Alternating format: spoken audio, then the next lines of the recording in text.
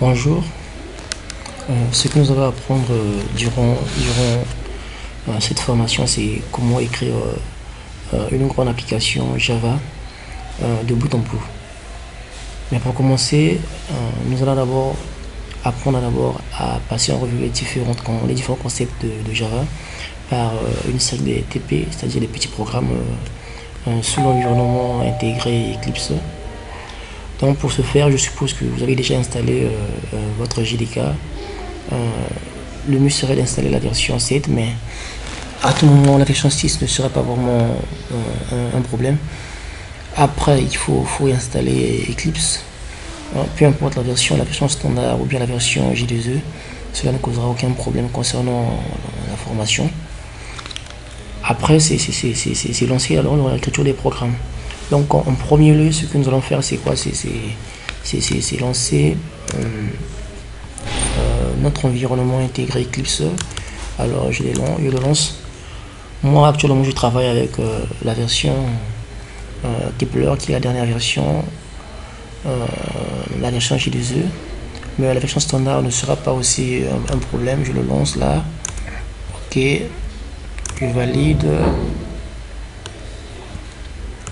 Et j'attends son chargement. Alors,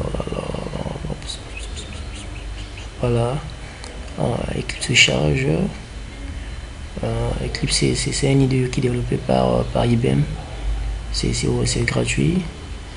Il n'est pas payant. Il y a plusieurs IDE comme NetBeans aussi qui sont gratuits. Il y a plusieurs IDE. Mais allez, ok. Nous on va travailler carrément sur Eclipse. Ok, ici nous avons carrément l'environnement Eclipse. Ici nous avons l'explorateur de projet. C'est là que quand nous allons créer nos projets, que nous allons voir les différents projets. Et il y a l'espace de travail, c'est-à-dire que là où sera présenté notre code source à tout moment. Donc ce que nous allons apprendre pour aujourd'hui, c'est d'abord comment créer un projet Java simple, c'est-à-dire que tout en oubliant les différents aspects de la programmation objet, on va y créer des projets simples, tout simples comme à l'époque, quoi, avec Pascal, le C basique, quoi.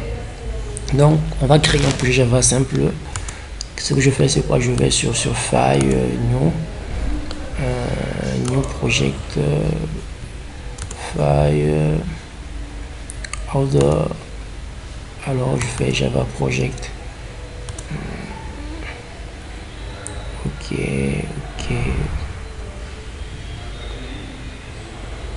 La machine, ok. Je donne un nom à mon projet. Ce que je veux appeler, c'est quoi? C'est formation. Alors on l'appelle formation comme nom de projet. Et vous voyez bien ici que il spécifie que j'ai un JDK, un JDK 7 parce que moi je l'ai bien installé. Donc Eclipse c'est aussi une application écrite avec Java, donc pour fonctionner il a besoin d'un JDK. Je fais next et finish. La fameuse question d'Eclipse, me demande en fait c'est pour savoir les différentes perspectives que je voudrais adopter. Au cas où je dis oui, yes, il n'y a aucun problème. Le problème c'est quoi? Il arrange l'environnement par rapport à la programmation standard de Java, quoi. Parce qu'il y a plusieurs types de perspectives en Java, d'Eclipse. Il y a une perspective J2E, Web, Java standard. Et actuellement, moi je fais carrément du JSE, donc je peux accepter d'opter pour la perspective JSE. Vous voyez que Eclipse a adapté mon environnement par rapport à ma perspective. Après, là, je peux dérouler, vous voyez. Donc, quand on crée un projet sous Eclipse, il y a notamment deux arborescences. Il y a l'arborescence concernant SRS, c'est-à-dire que dans le dossier concernant les sources, et il y a la librairie carrément Java, quoi. Parce que c'est lui qui est Java, en fait. Parce que dans chaque application Java, il faut intégrer le JRE parce que qui est utile pour les programmes Java. Donc ce que je ferai, c'est quoi? En premier, c'est quoi? On va aborder ça tout doucement sans compliquer les choses. Je vais commencer par un petit programme qui est, comme d'habitude dans la programmation, affichera un bonjour le monde ou bien un hello world en anglais. Ce que je ferai, c'est quoi? C'est je vais créer une classe Ne vous souciez pas pour l'instant de ce que c'est une classe. On va le créer comme ça.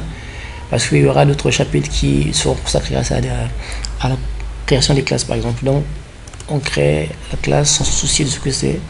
Je dis chapitre 1. Chapitre 1 comme étant le nom de notre première classe. Et le problème, c'est, en passant, je vous dis que en Java, c'est pas une règle, mais c'est une norme qui dit que c'est mieux de mettre les noms des classes en majuscule, la première lettre en majuscule. Donc si j'écris chapitre 1, la première lettre doit être en majuscule. C'est pas que si c'est pas en majuscule, ça marchera pas, mais ça marchera. Mais le problème, c'est l'ensemble des développeurs en fait ont établi des règles pour travailler, quoi. Alors, ce que je fais, c'est quoi? Moi, actuellement, je ne fais pas la programmation par classe. Je veux que nous passions en revue les différents algorithmes que nous avons appris dans la programmation, en fait. Donc, on va créer un programme principal. On crée un programme principal et je valide finish. Voilà. Et mon code source est là. Je pense que j'ai trop parlé, mais le problème c'est entrer en gamme, il faut un peu parler, mais au finish, au fil des temps, vous allez remarquer que le travail sera beaucoup plus pratique.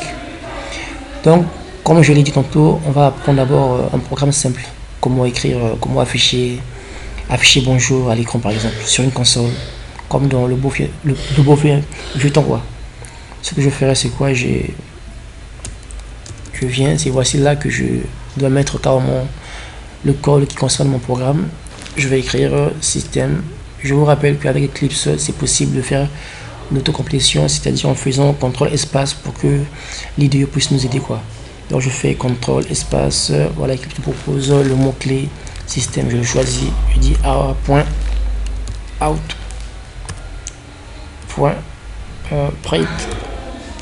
voilà, je prends, voilà, je vais afficher un string. Paf, j'ai dit allez, bonjour le monde. Bonjour le monde. Vous allez